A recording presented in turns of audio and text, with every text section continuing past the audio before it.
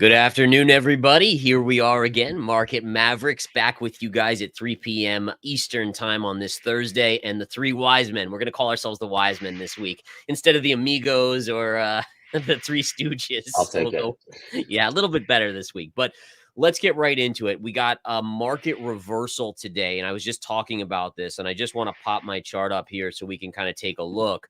But basically what we're seeing is the S&P 500 opened higher today, sharply higher on the back of NVIDIA earnings, and then all of a sudden just selling, selling, selling. In fact, if we go to the 10-minute chart, it's been nonstop. We had a little sell at the open here. This is a 10-minute chart, so this is the first 30 minutes, consolidation, and then just down we've gone. So the question I throw it to you guys is, I mean, do you guys think that this is a potential top in the market?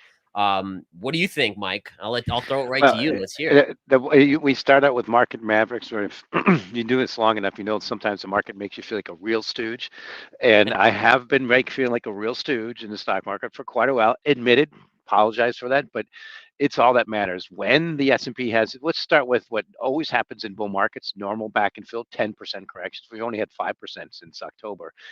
Everything is going to trickle down from that. So to me, what you showed is pretty significant. I love those type of patterns. We just did an upside down and day down in like the last 5 sessions. And this is not the time of year supposed to go down. Before long holidays, stock market's always supposed to go up. So it's classic high price cure profit taking. But I've seen pretty significant peaks in crude oil. Now that was just a bear market that's tilting lower. Significant peaks in copper, made a new all-time new high. And tilting down, and what copper always, it's like the devil's metal. They use that term for silver. It looks like it's just flipping down. The gold is even correct. Gold was way overdue for its normal 10% correction. I've been saying it can easily get back down to 2,200. Still, that's just normal correction. But from my standpoint, and of course we're seeing Bitcoin, but Bitcoin actually kind of led the way down here. It kind of caught up to beta and then started rolling over this morning. It was already weak all day. So I think, and it should lead. It's the fastest horse in the race. But to me, yeah, okay, I'll attempt to not be a stooge again. But I think it's finally the beginning. And at some point, I can show you some of my charts that people have seen them from before, but some of them are just so overwhelming that we're so overdue for just the normalization of a bull market before we even tilt over to a potential bear market in the stock market, which we haven't had since 2009. I think one thing to keep in mind, and I'm trying to remember specifics on this, but I remember that historically tops have been made in the market when there's really, like, when it's max bullishness, right? And you could argue that these NVIDIA earnings were amazing, like markets were already at all-time highs going into it. And I think if I I don't know if you guys are old enough. Well, Mike, you are probably, but but in 2007, I still remember vividly. I believe it was the Blackstone IPO came out, and it was so hyped. And it came out, and that was almost the top right before the Great Recession. And again, it still sticks out in my mind. It was my very early on in my career, but that was quite something. So here we are. And again, I guess we'll find out in the coming weeks if the markets are finally in correction mode. I guess the question I would throw to Scott is, does this mean that Bitcoin is going down? Can I first offer a opposing perspective? Yes, please to bring do. up my screen? Because all I'm seeing right now for this moment is a simple retest of previous resistance as support.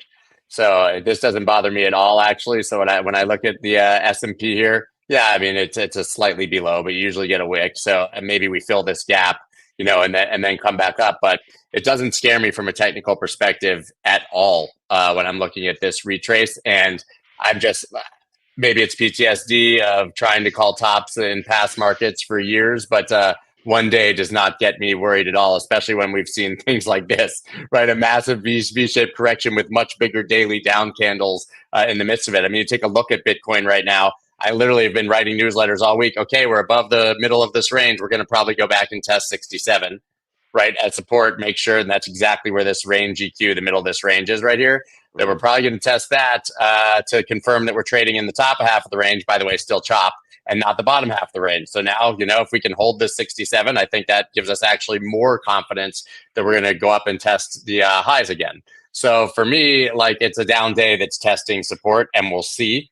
I remain bullish until there's a reason not to, and it's going to take me a couple more days to switch that. I'm not saying you guys would be wrong. Those are bearish engulfing candles you were showing there on the SPX. I mean, there's a lot not to like, but I mean, you do still have NVIDIA doing this. So Right. let me Right. let me piggyback on that. Even my colleague who's been By the way, I spot on. love the diversity of opinions. I love that. I Well, think people we got to appreciate that disagree, too. or it's Yeah. not worth it, and have some discourse, and then just have a beer about it later. But that's what makes market tight spreads. But my colleague Gina Martin Adams even pointed out Nvidia is looking a little stretched, and she's been spot on for. I mean, just nailed the stock market pretty well. But I've got to show you a chart that part of the reason I've been waiting for this, and you mentioned 2007. This is the one chart I pointed out that made me a lot of money in 2008. Yeah, I had to have the pain of 2007. That's just the lessons of what the chart says. Volatility is always mean reverting. And all I show you is a 52-week average of the VIX Volatility Index minus the T-bill rate. It's at the lowest since 2007. Now, it stayed down there for the longest time in history. I was getting really antsy. This is when the housing market started peaking. But that is the kind of thing, okay, it's going to revert at some point. Now, I pointed out some other things. And here's one key thing, a macro, and then I want to tilt over. This is the big picture macro. Let's go back to a 100-year chart. Just take S&P 500 divided by GDP in trillions add 2 zeros, and you can put on the same scale as S&P 500 divided by gold. And both of them combined, they've never been higher. I'm sure I should say S&P 500 has never been higher versus both gold and GDP at the same time. And this is the key thing I'm going to tilt over, the key thing I'm worried about with Bitcoin. Now, Scott, you showed it. You showed charts that look good. All the charts look good. That's the way they're supposed to. That's when you have to put on your contrarian hat and say, okay, what's the valuation? But this is something that's bothered me for quite a while. You take Bitcoin versus gold. This is not the kind of pattern I want to see. And what I saw, we all knew this was a perfect storm for new highs. I wouldn't say I knew it. You guys predicted much better than I did, but we made a new high. But if you take Bitcoin versus gold, this is a divergent top. This is showing general weakness. If you take Bitcoin versus beta, lower high. I just point out this is not good from the fastest horse in the race, supposed to be beating beta with the perfect reason to go to new highs. ETFs have been launched, the halving's over, and beta potentially is peaking. That to me, I look at it as the fastest horse in the race. And if we're right, at some point, this is going to matter. This little thing, volatility, is going to pick up. Remember, it's a 52-week average, and you're just looking for signals for that to trade on. And then I point out, copper looks like it's peaked. Crude oil looks like it's peaked. And then we have these, I'm afraid about this is divergent weakness in Bitcoin. It's just funny. I look at that chart, Mike, and it just shows maybe it's a result of bias or the lens, and I see a bull flag on the end of that chart. Yeah, so I don't disagree with that. It's just, but that's the thing. This is not that's the difference. This is a ratio. This is Bitcoin versus beta. All-time high here back in 2021, second a lower high in 2021, and then a lower high here. So that's the difference, and that's my point. And then you look into the context of what got this high here. It was launch of ETFs. It took 10 years to get there, halving, and now what? We're nowhere in a bit of, we all know, Scott, you've been on top of this. We all know we're in a bit of a Bitcoin hangover, and that's why I like to rope it in the Bitcoin over with the S&P minis. Is Mike, how do you define beta in these charts? Like when you're dividing something by beta, so it's specifically S&P, so not Nvidia or the Qs or something like that. It's the stock market as a whole. Okay. When I was at a hedge fund, Global Macro. We use S&P minis as beta for everything, and you do an evaluate risk model, and just like what's happening now, when beta moves 10% or 1% today, it's all that matters. But more so than ever, as I pointed out, is versus this chart here, it's the most expensive versus this measure in 100 years. So that's where I look at it as, okay, you just look for signals. So here's just the S&P mini, 50-week moving average. You have at least, this is a divergent weakness trend in Bitcoin still. Higher highs in beta and lower highs in Bitcoin. Yeah, so and very interesting, the charts there. But I just want to show this, guys, and this is why I'm making a leap and wondering. And Scott, you're right that, I mean, none of us know if this is a top or not on the S&P, but if you look at, this is the weekly chart of the S&P 500, and if you take the high of 2007 and you stretch it to the high of 2021 right here, what's interesting to me is that we came up, the previous pullback that we just experienced, and this is again the weekly, so every candle is a weekly, we didn't get back to that trend line. Today, we finally hit that trend line and we get the reversal off of it. So again, that's quite the trend line going back to the 2007 high before the Great Recession, the 2021 high before the 2022 bear market. And then the other thing to just point out here, just going to NVIDIA, and I don't know how NVIDIA will end, but if we take the 2021 high of NVIDIA, stretch it to this high, We were above it earlier. We're now seeing it come back below. And on the daily chart, I'm actually watching to see, is this a topping tail? So a potential reversal A signal. gap up and topping tail would not be pretty for NVIDIA here. Yeah, that would be and also the fact if it closes back below this trend line, which it's kind of inching lower and lower as we go. So listen, like you said, I mean, no one knows. I mean, heck, the Fed could come out dovish tomorrow and we could be up 500 points. That's not going to happen. That's but, to me. But I'm glad you went there, Gareth, because before NVIDIA earnings came out yesterday, we started hitting the tape. All the Fed governor minutes came out, and Fed governors and a lot of announced it just started hitting the tape that they will not ease. right. And there's other people saying they're not going to ease, and that's a statement I've been making for a while. It's silly to expect the Fed to ease with the stock market with most all-time inflation highs. levels. Well, not only that, okay, the massive speculation in the stock market and inflation measures above their target, and with stock market cap a double the level of GDP. That's just silly in terms of history, particularly for Fed who's trying to not to repeat the lessons of too much inflation. So to me, that's what was just getting started, and the market's figuring it out again today. It's the high price cure that really crushed commodities since 2022, and it's really trickling over the stock market. I.e., it's just silly to even think about easing in an environment like this. So when people say the Fed puts come initially when you least you have to drop 20%, and then you consider it. But we're up 30% on a 1-year basis in beta. I opened Bloomberg obviously just before the show to get the quick market wrap, as I usually do, right? You know, they kind of have the running market wrap, and I just almost want to die laughing out loud to myself every time I read the narratives for what's happening in the market. Literally, you read Bloomberg or any pundit right now, and they say market is drawing down, stocks under pressure because the expectation of rate cuts is being pushed back, when anyone with a brain has been looking and going, why would they cut rates? Like, how is today any different than yesterday? And how does that explain what's happening in the market? What was so impactful today that all of a sudden rate cuts are less likely than they were yesterday? And by the way, rate cuts aren't always good.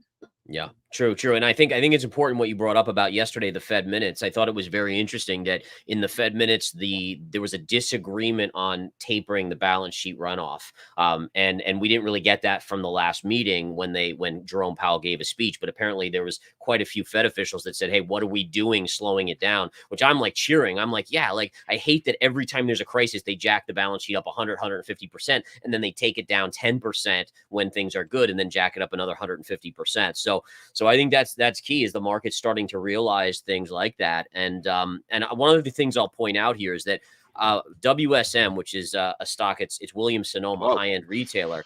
This had great earnings yesterday, and I've seen this in so many charts this earnings season where these stocks gap up and it just gets crushed, right? So you can see the gap up was up here and it just went straight down big on the day. It was like a 20% reversal from the highs. But to me, that's a signal that institutions are unloading, because it's not mom and pops. Mom and pops aren't being like, oh, great earnings, let me sell. They're like, great earnings, I'm going to hold this if I'm long, or I'm going to buy. So this is institutional selling going on here. They're starting to pull the chips off the table on some. They're taking profit. Yeah, they're pulling a Buffett. And I think they see the data. I mean, they probably have more data than any of us have. They know the economy's starting to slow. They know the consumer's under pressure, and they're being realistic about how much upside is left. And they're probably, like you said, pulling a Buffett and taking profits. So I got to piggyback on that a little. Stuff that will not matter. First, I got to show you this chart until the stock market goes down. First of all, let's look at bond yields, sovereign CGBs, Chinese government bond yields in the second largest economy. They're plunging, lowest in our database since 2005, 200 basis points below the S&P, below our 10-year note yields. That's part of the reason I'm still very bullish TLT. I've been early, but at some point when that moves, it's going to be so big. So that's plunging. I overlay it with the commodities. It's particularly going to trickle down. But things that will matter, that used to matter, but they won't matter until the stock market, until we have a little bit of normal reversion in beta, and that is inverted curve. Leading indicators negative. That's been almost 2 years of that. Diesel demand in this country is in recessionary trajectory. It's dropped to almost the same level as 2014. Unleaded gas demand is in a recessionary trajectory. It's dropped to levels that we haven't seen and going downwards since 2008. Container board, corrugated box demand have dropped below 2019 levels, are dropping at the same pace as 2008-9. Stuff from my space and commodities is very bearish, and it all depends on beta's got to confirm it. And human psychology, people are not going to believe it until beta goes down and tells them to start believing it.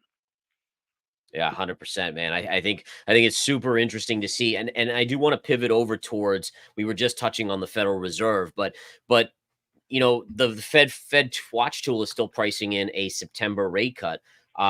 Is that totally off base? Do you think that if the market drops 10% between now and September, do they cut, or is this like not even close? No, they're not even consider it, because it's the lesson. First of all, rates went up on the elevator. They're going to go down on the escalator. That's something that's shifted my entire career in business, which is almost 4 decades.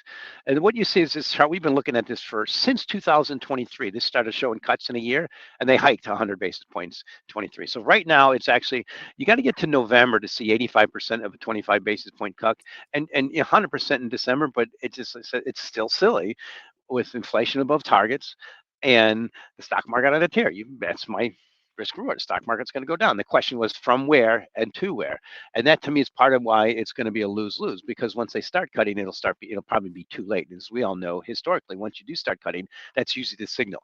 Key thing I remember is 2001 and right at the beginning of the year, and then September 2007. So, but to me, it's worse now, because both those times, let's look at 2007 when they started cutting. S&P 500 U.S. stock market to GDP was about 1.3 times. Now it's 2 times. So it's more expensive than ever. And I show you that volatility chart, and it just started at the bottom about then.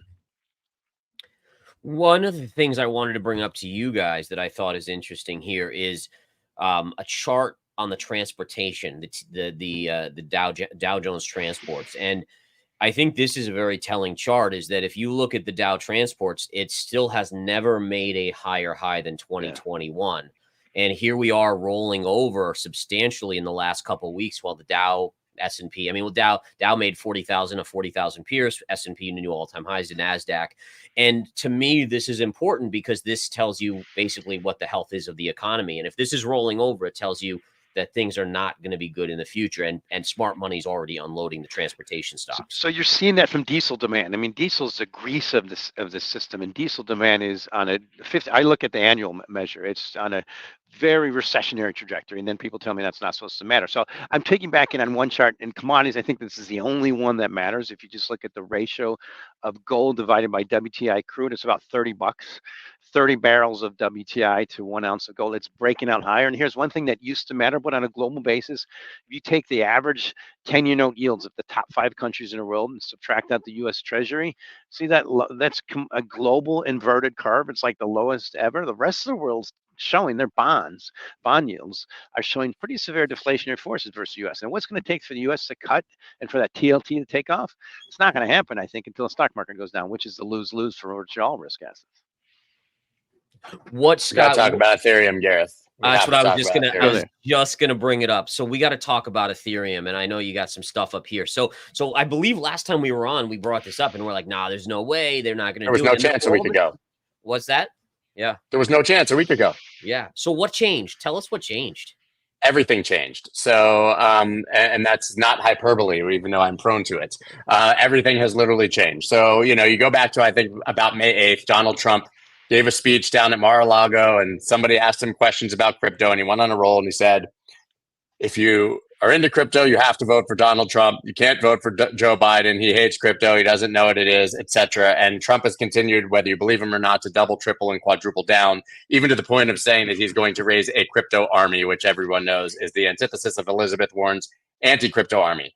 So that had to have gotten the attention, I would say, of the White House, even though at the time maybe it didn't seem like a big deal. And then there was exceptional pushback all over the place with people basically saying, I'm a one issue voter and I'm going Trump. But what happened after that is the real story. SAB 121, which was the SEC's memo that said that basically banks can't custody crypto. We don't need to get too deeply into it, but they had to treat it as a liability on their own balance sheet, which no bank could do, which ETFs got approved. And all of a sudden Coinbase is custodying everyone's Bitcoin, and the biggest banks in the world are cut out. They were lobbying hard, but people expected the vote on that to go down party lines, and Chuck Schumer and 9 other Democratic senators went against the White House and against Elizabeth Warren on that vote, and that ended up going through and passing.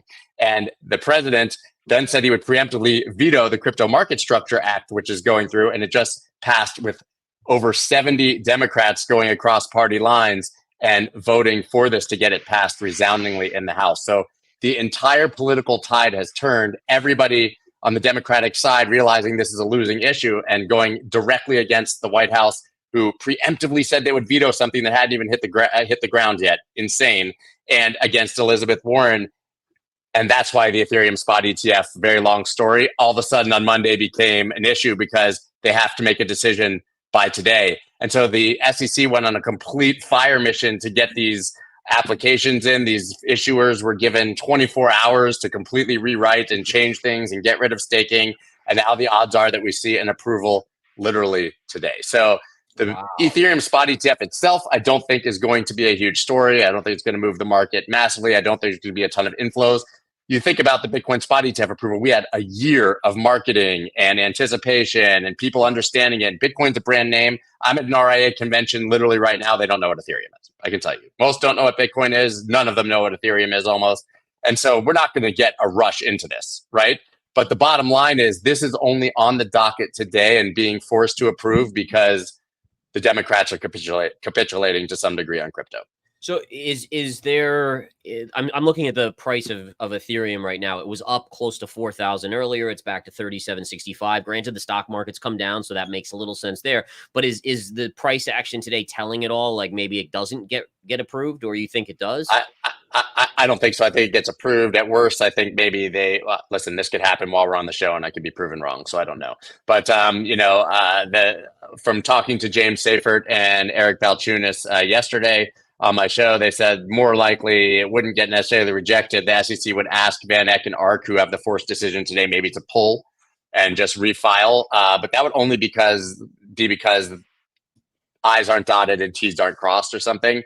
The intention of the SEC right now is to get these done, which, by the way, effectively deems Ethereum most likely a commodity. So this is big for the altcoin market. And the sell-off, I mean, listen, Bitcoin went from 49 to 39 when the spot ETFs, and then you got that article right there, Ethereum ETF approval could spur 60% rally. That's because that's what ended up being the rally from Bitcoin, from the ETF up to the 74,000 high. So just extrapolating that. I don't think it gets that much hype, but still pretty incredible.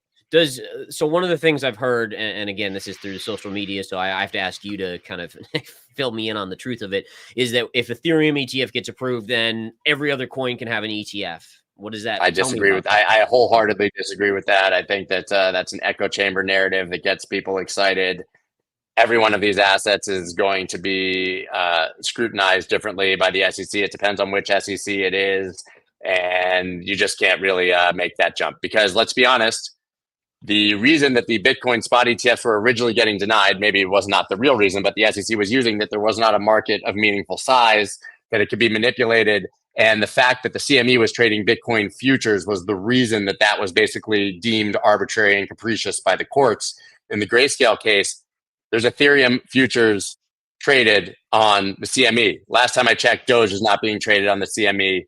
So there's no market to track in the SEC's eyes beyond Bitcoin and Ethereum. So the others completely, I'm not saying they can't get approved, but they certainly can't get approved with the same justification as these. The reason Ethereum can get approved now is because they did Ethereum futures ETFs and they did Bitcoin spot ETFs. So does the Ethereum ETF potentially being approved, does that mean that it's not a security? And by default, does that mean other altcoins aren't securities? I mean, does this kill all the Gary Gensler? No, I think the XRP decision, whether you take it that way or not, was bigger for that. I think that once again, this is a very Ethereum specific thing. We've already had the CFTC specifically calling Ethereum itself a commodity and not making the jump to others. And so, no, now the market structure bill, which FIT 21, which was just passed in Congress today that I was mentioning before, that's a comprehensive bill about the market structure of crypto moving forward that would give a lot more power to the CFTC, taking it away from the SEC and deem quite a few of these things commodities. I think this Ethereum spot ETF situation exists in a vacuum that's very specific to this asset. Okay, so and so just to be clear, I'm sure a lot of people are wondering, is this finally going to be the alt season? Do you think that this would trigger anything, or you don't think it's going to have any impact on alts otherwise? I think it's had an impact, right? They all bounced, and I think an Ethereum jump is usually a good indicator of altcoin movement. I can't say it's going to be an alt season for things that are dead since 2016, the kind of alt seasons we saw in the past. But if we do see Ethereum continue to appreciate after that potential sell the news event, whatever happens, I would expect that money, because listen, once the money's in Ethereum, not in the ETFs, if it's in spot Ethereum and it's in the ecosystem, that's when it trickles down to ERC20 tokens and the rest of the ecosystem. So I do think this is very positive, much more so than like a Solana move, where you just see things in Solana, memes going crazy. I think this could impact a lot more tokens than any other token going up. It's really nice usually to see Ethereum go up. Gotcha. So now turning back to Mike, where are we with gold? Like, what's going on with gold? It's having a big pullback today. It's still kind of hovering underneath its high that it made about a month ago, a little over a month ago. What do you got for us in that regard? So I just saw a chart on gold. It's way overdue for a bit of a pullback. All-time new highs is potentially making an outside week down. Good support around 2,200. But the key way to look at gold is we've had substantial outflows in ETFs. This is 30 million of a million of ounces of outflows in gold ETFs. Yet the prices hung in there. I show you is gold divided by the S&P 500. I showed you earlier. It's the lowest since like 2007. It keeps bumping up against this resistance around 0.48, 0.50. It's a matter of time. Like gold ETFs will start rolling up, and gold. Here's the fact that in the macro big picture of gold is it's the most enduring outperformer of most commodities over time. It's been still above beating. Stock market's so great this year, but gold's up 13% and it's beating that AI-driven S&P 500 by 2%. It was 6% earlier, and I think it's still going to continue. The deepest pockets on the planet are buying gold, and that is central banks led by China, and potentially in the back of the unlimited friendship. So to me, it's just a matter of time it takes off. And the bottom line trigger to tilt these ETF outflows to inflows and to get gold to break above this resistance versus the S&P 500, I think is a correction in beta and a little bit of reversion, what I showed you earlier in volatility, because the quote I like to use is, when you're in the West, in the US, why buy gold with the stock market on a tear, NVIDIA, S&P 500, and T-bills at 5%? That is where I have to point it. At some point, that's going to revert. And so to me, that's why I think gold's just a matter of time. That's all going to go up. And again, but versus gold is the number one go-to alternative to the dollar on a global basis. And still, there's other currencies, fiat currencies, but for store value, historically and still, that's where it is. So I'm looking at it, it's just a matter of time. But for now, it's a retracement in a bull market. So I'll throw this out to you guys as we kind of wind down here, but we've seen copper reverse. Copper had a 40% move recently, I think in the last month, and it's finally had a big fall yesterday. Oil's breaking down, gasoline's breaking down. Is this real weakness, or is this election weakness? Because we all know that around elections, commodities like energy start to come down to try to make people happy. What do you got for us? Well, so let's rope that in first. I'll give you my outlook on crude oil. Crude oil's, I love this quote when people think OPEC 6 crude oil prices. They don't. Futures traders or leverage futures traders do. I used to do that. I used to cover them. And this is just the chart of the S&P, of WTI crude oil rolling over, 100-week moving average, outside week down. And managed money net positions got way too long here at the peak, around 87. I did get that one as a Maverick. I've been a stooge in crude on the way up. I had to take that stooge pain, and now the Mavericks kicked in. They got good highs every time managed money positions get extended. Crude oil rolls over, and crude oil to me needs to get to below 50 to reset those supply and demand imbalances like natural gas did. So I'll show you what happened with copper. Copper is just like silver now, and copper is an industrial metal.